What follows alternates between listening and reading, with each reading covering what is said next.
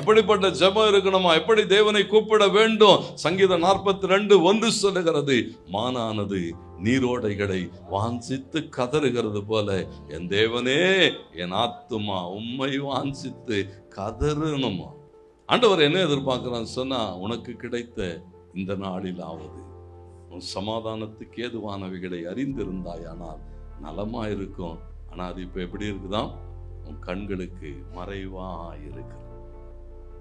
ஆண்டவர் எதிர்பார்க்கிறார். மாற்றம் அடைய விரும்புகிறாயா? ஆண்டவரை நோக்கி கூப்பிடு.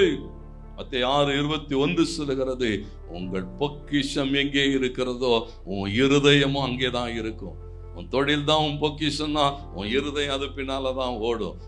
நீங்க மனம் திரும்பி தேவ சமூகத்திலே உங்களை அர்ப்பணித்து தேவனோடு கூட உறவாடுகிற போது உங்களுக்காக கர்த்தர் யுத்தம் பண்ண ஆரம்பிப்பார் என்று சொன்னால் அதற்கு பிறகு சத்துரு உன்னை தொடவே முடியாது.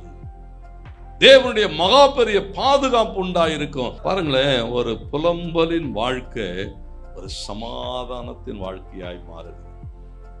எல்லாவற்றையும் இழந்திருந்த நிலைமை எல்லாவற்றையும் திருப்பிக் கொள்ளுகிற ஒரு நிலைமைக்கு வருகிறது. எப்ப தெரியுங்களா? மனம் திரும்பி ஆண்டவர் சமூகத்தில் ஒப்பு கொடுத்து ஆண்டவர் சமூகத்துல நம்முடைய குற்றங்களை, பாவங்களை, மீறுதல்களை அறிக்கையிட்டு கர்த்தரை மாத்திரம் சார்ந்து கொள்ளுகிற போது கர்த்தர் நமக்காக யுத்தம் பண்ணுவார். கர்த்தருடைய சமூகத்தில் வந்து காத்திருங்கள். கர்த்தர் உங்களுக்காக என்ன செய்வார்? மகிமையானவைகளை செய்வார். தேவனுக்கு மகிமை உண்டாகட்டும். சாமுவேல் அடையாளங்களை ஏற்படுத்தினார். நீங்களும் நானும் அடையாளங்களாக இருக்க அழைக்கப்பட்டிருக்கிறோம். கர்த்தர் நம்மை கொண்டு நம் பின் சந்ததியை ஆசீர்வதிப்பார்.